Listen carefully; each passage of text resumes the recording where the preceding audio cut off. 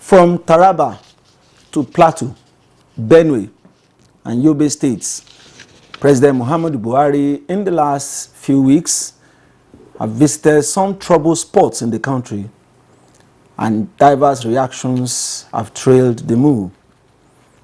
This visit was anticipated as one that will enhance investigations into the various levels of violent attacks and kidnappings that took place in these areas and give room for first-hand assessment of the situation. So, what are the outcomes of the visit? What should Nigerians look forward to even after the president's engagements with stakeholders in the various localities? Today on Nigeria Today, we continue our inquisition into the outcomes of President Muhammadu Buhari's visit to troubled areas of the country. I am Shegun Ojelade. You're welcome.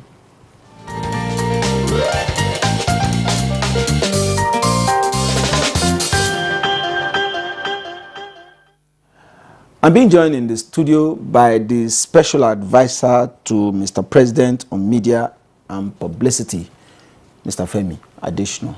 I welcome you to Nigeria Today. Thank you. Good evening.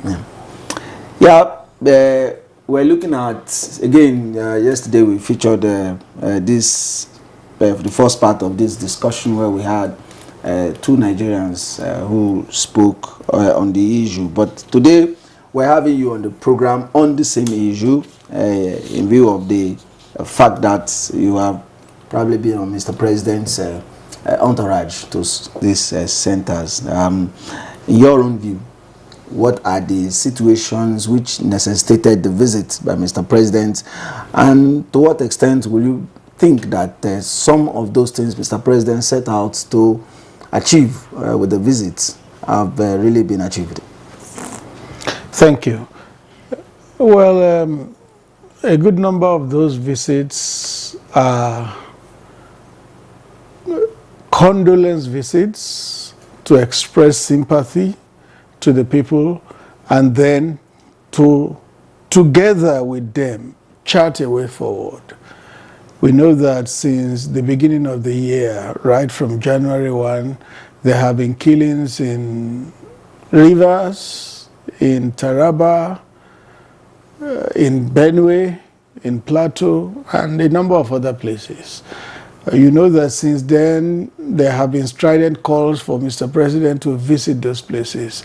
But Mr. President wanted more information, which he has now got, having received reports from diverse agencies and groups. After studying those reports, he felt it was time to visit, and that is why he is visiting now. In the engagements he has had, he has spoken with various stakeholders. In fact, almost all the stakeholders involved. That was why yesterday, when he went to Yobe, he didn't stop at Damaturu, the capital. He went to Dapchi, where 110 girls were spirited away from a secondary school. So the intention is to sympathize with the people and to discuss with them on way forward. And I think we are there. We are on the way to getting solutions to the issues that are at stake, because in Benue particularly, all the stakeholders spoke very frankly, very frankly. Thank you for the explanation on why the visit seemed a little delayed. Some Nigerians still believe that probably the visits are a little delayed, or some even say they are belated. It's a matter of opinion, and it's a matter of style. Mr. President's style is methodical and painstaking. As his media aide, I had asked him, you know, the killing started on January 1. I think January 4 or 5, I had approached him and said, Mr. President, why are you not visiting? And he told me that if I want to play politics with these events, I'll rush in and visit and make the necessary noise and get political capital out of it. But he said, no, I won't play politics with the blood of people. And truly you saw politics being played. You saw governors from 2 states visiting Benue particularly and asking the governor to come into their political party. I think that was unconscionable, playing politics with the blood of people. So Mr. President said he wouldn't do that. But after he had got all the necessary reports and he had studied them, then he has started the visits. That shows somebody who genuinely wants a solution and not somebody who wants to play politics. Okay, you also brought in the issue of the Dapchi girls' abduction by terrorists. Yeah, the government has really moved in, and a number of activities and decisions have been taken, though we may not be privy to some of the efforts at rescuing or securing the release of the girls. But to what extent are we close to getting the girls back? You know that it's a security issue, so it's not something we will likely be discussing on the media like this. But what we can rest assured about is that the security agencies are working, and they're working around the clock. 3 or 4 days ago, when the then American Secretary of State visited, the issue came up with Mr. President, and Mr. President assured him that Nigeria was not sparing any effort to get the girls back. Not only the ones from Dapchi, but the remainder from Chibok. So Nigeria is working. You know, when the incident of the Chibok girls happened, and the administration came in, some of us felt that it will not happen again. But it actually did. I mean, what went wrong? And what assurance do we have that it won't happen again? It shouldn't have happened again. But it happened. And that tells you that terrorism is a phenomenon that is difficult to check. And no nation in the world is immune from the scourge of terrorism. America itself has to be alert every minute of the day, yet people see sneaking some attacks here and there. So that is it. Eternal vigilance is the price of liberty, and we need to be vigilant always. It shouldn't have happened, but it happened. We pray it doesn't happen again. And on visit to the Dapchi yesterday, Mr. President also gave an instruction that security be mobilized for schools. There was the Safe School Initiative, yes. I think somehow they slowed down on it, and it's time to bring it back. Talking about security and then eternal vigilance, we know that Boko Haram has completely been decimated. There is relative peace now, but we still have sporadic bombings and suicide bombings here and there.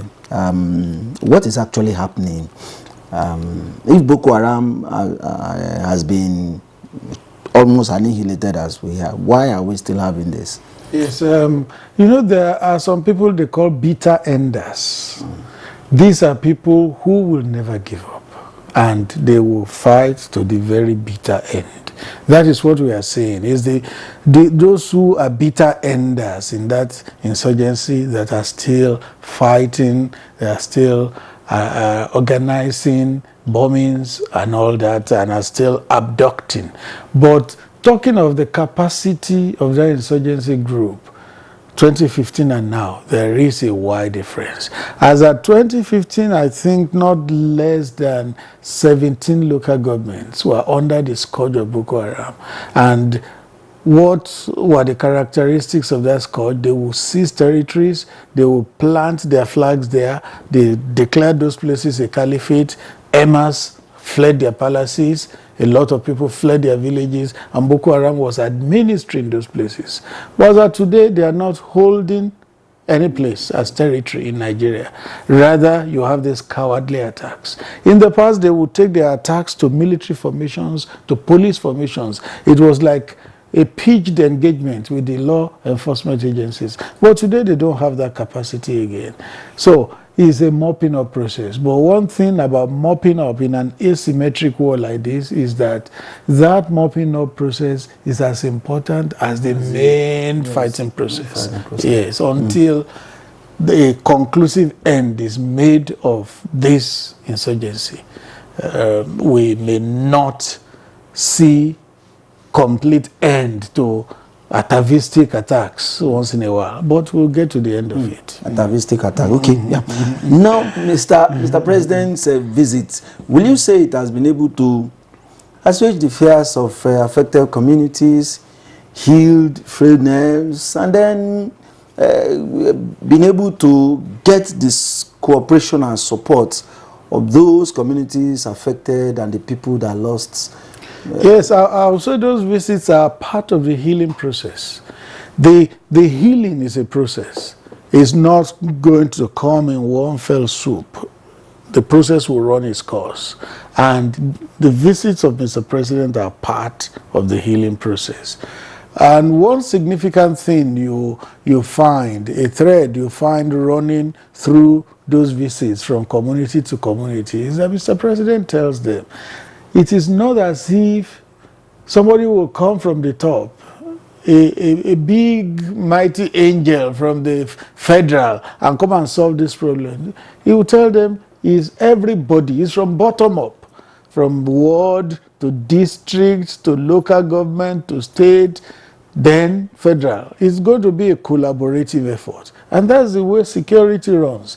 Everyone is a part of it. You don't stoke a fire and expect somebody to come and put that fire out. No, it's a collective process. And that's what Mr. President tells them in all those places. Talking about collective process, Nigerians have been talking about, or even the security agencies, some of them have said, okay, we need greater collaboration among ourselves, among the security agencies, the police, the army, the civil defense, and even all the military, and security agencies. But we have heard, even from Mr. President's visit, that some of them may not be as committed or as proactive as even Mr. President himself. We've seen that in some of Mr. President's comments. What is being done to ensure that when something is said about this thing or an instruction is given, we won't find anybody lacking again? Well, you know, the buck stops at Mr. President's table, and he's the commander-in-chief of the armed forces. Therefore, the onus is on him if he finds that somebody is working at cross purposes in the security team, then he does something about it. You'll find that in Benue, the stakeholders talked about the Inspector General of Police not carrying out Mr. President's instruction to the letter. Mr. President is not the kind of person that will hang somebody without hearing from him. So, the process of hearing from the Inspector General of Police and getting his own side of the story is on. At the end of it, he will weigh the options. And I'm sure he will do what is best for the country. Now, the program is Nigeria Today. We have in the studio the the special advisor to Mr. President on media and publicity. He is still around. The program, we should take a short break and then we'll go into more issues concerning the administration. Coming up on NTA News 24, Nigeria Today, 7:30, Monday to Friday, with exciting anchors on topical issues.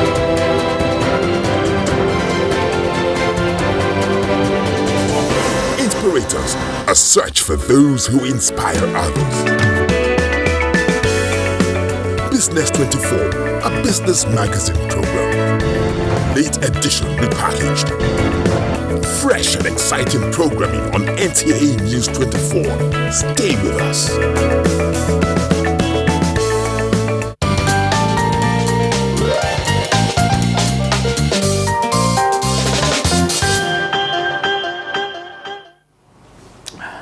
Welcome back. The program Nigeria Today continues. We have in the studio with us the special advisor to Mr. President on media and publicity, Mr. Femi Adesina. Let's continue the program now while looking at other issues. Lately, Mr. President has withheld his assent to some bills passed by the National Assembly. We talk about the bill to alter the staggering of elections, and then the Peace Corps bill. While people are not, I mean, it gives people the notion that there is a rift between the executive and the legislature, and this does not go well for our democracy. What is being done to ensure that the rough edges are smoothing so that it doesn't get to us, members of the public? Yes, from time to time, Mr. President engages with the leadership of the National Assembly. In fact, one engagement has been scheduled to hold this week, but had to be put off about twice because Mr. President has also been on the move. So that is just to affirm my point that once in a while, Mr. President meets with them. And when you have meetings like that, it builds relationship. But one thing we cannot deny is that in executive-legislature relationship, there will be some rough edges like that. But what is important is also to smoothen out the rough edges. The fact that Mr. President has rejected any bill does not mean that he's at loggerheads with the National Assembly. Any bill he rejects, he also explains why. He writes and he returns the bill to them, and he explains why. So if he didn't explain and he just kept it, you may say, well, there is some animosity between them. But he will write and explain why he was not signing. Peace Corps, he said, how would it be funded? That things are still fairly difficult with Nigeria just exiting recession. So it may be difficult for government to fund that establishment for now. And then the order of elections, he said it will compromise the independence of the Electoral Commission. So he always had a reason if he was going to so you are showing us that there is no rift, and if there is any, it will be smoothened out. If there is any, rift is a strong word. Okay? So if there is some discomfort in the relationship, is something that can be worked out. You reminded me of the issue of recession. Yes, the FEC said, okay, we have exited officially recession, but people still say that, well, cost of living is still a little high. What is being done to ensure that, okay, the fact that we have exited recession officially begins to reflect in our pay and in what is on our table? Look at the trajectory of the recession. The economy began to slow down from 2012. By 2014, the signs of recession were glaring. And by 2016, it went into recession. About 4 years. So if it took 4 years to go into recession, why do people think that coming out of recession, you will feel the impact immediately? No, it's going to take a while. And the National Bureau of Statistics yesterday just released its findings on inflation. And for 13 months running, inflation has gone down in Nigeria. That shows you that things are looking up. And if people are patient, if they are willing and obedient, they will eat the good of the land. Oh, well, that's good. You see, again, the anti-corruption fight has been quite vigorous, and the world has acknowledged it. But the International Corruption Index still says we are sliding further down the table. What is the disconnect? What are we not doing right, or what are we doing right that is not open to Transparency International, for instance? Well, one thing that is clear is that there has been no government so far in Nigeria that has fought corruption as vigorously as this government. Looking at the Transparency International perception report, there were about 9 areas that were assessed. And in 8 areas, Nigeria was either static or inched up slightly. But there was one area where we lost about maybe 8 or 9 points, and that was what brought that conclusion. But it's not worrisome to the government at all. Rex Tillerson, who came a few days ago, while still Secretary of State to the American government, actually commended the president for the war against corruption and also applauded him for being chosen as a champion of anti-corruption in Africa. That is an endorsement that is commendable. It's not exactly as if Nigerian government needs an endorsement from outside. It's not as if because the government knows what it's doing, but it's also something to note. This is rather personal. There are occasions that Mr. Femi Adesina will come out and defend the administration or say something. Let me not say defend, say something about the administration. And some people say, ha, Adesina has come again. Why must he say that? What informs some of the things that you do, especially on things that are a little controversial, that you must say something and you say something, and some people will say, why must he say that? Well, there is a saying that no drummer satisfies all dancers. If you do it like juju, some will say no, it's high life. If you do high life, some will say no, it's agidigbo we want, and all that. So no drummer can satisfy all dancers.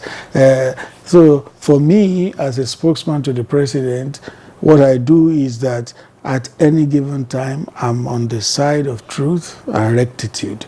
Anything I will say must be the truth and nothing but the truth. This president is not one that wants you to color the truth. He just wants you to say things as they are. That was why last year, particularly when he was on medical vacation, anything I told Nigerians was what I knew, to the best of my information. But they will say, no, he should have said it this way, he should have said it this way. So people just wanted me to say what they wanted to hear. And I refused to say those things. I only said the things that were available to me. I came to work with this administration out of conviction. I'm not a typical government person. In fact, I never thought I would work in government. But because it's a Muhammadu Buhari government, his life and his style just resonate with me. And I feel, yes, I can work with this government. And that's why I'm here. Now, if you are to say something to Nigerians about this administration or the person of Muhammadu Buhari, having been there now for close to 3 years, how will you mobilize Nigerians for greater support to the administration? And probably there are some things that some of them are looking at and they're closing their eyes to some things that the administration has done. Thank you. Let me start to answer that question by saying this. A large number of Nigerians are still well mobilized with the president and for the president. Why we think there is a lot of discontent and dissatisfaction is because we listen to strident voices from the social media. It is what I call a vocal minority. It's just vocal, but it's a minority, tiny minority. And you know what? It's not even a minority that votes largely. They are the ones on the day of election that will sit before the television and they will be speaking English. But those who will vote, they are really well mobilized. A large percentage of them, they are with the president. So now, going to the question directly, what will I say to further mobilize them? I'll tell them they have a president they can trust. They have a man they can trust. They have a man who will bring enduring change to this country. Those changes are beginning to manifest, and we'll see a lot more of it. I must thank you, Mr. Femi Adesina, special advisor to our great president, Muhammadu Buhari. on media and publicity for all that you've said on the program. And we wish you the very best in all that you do. Thank you. Well, this is why we call it the date on the program, Nigeria Today, for today. We'll be back tomorrow. Bye-bye. Thank you.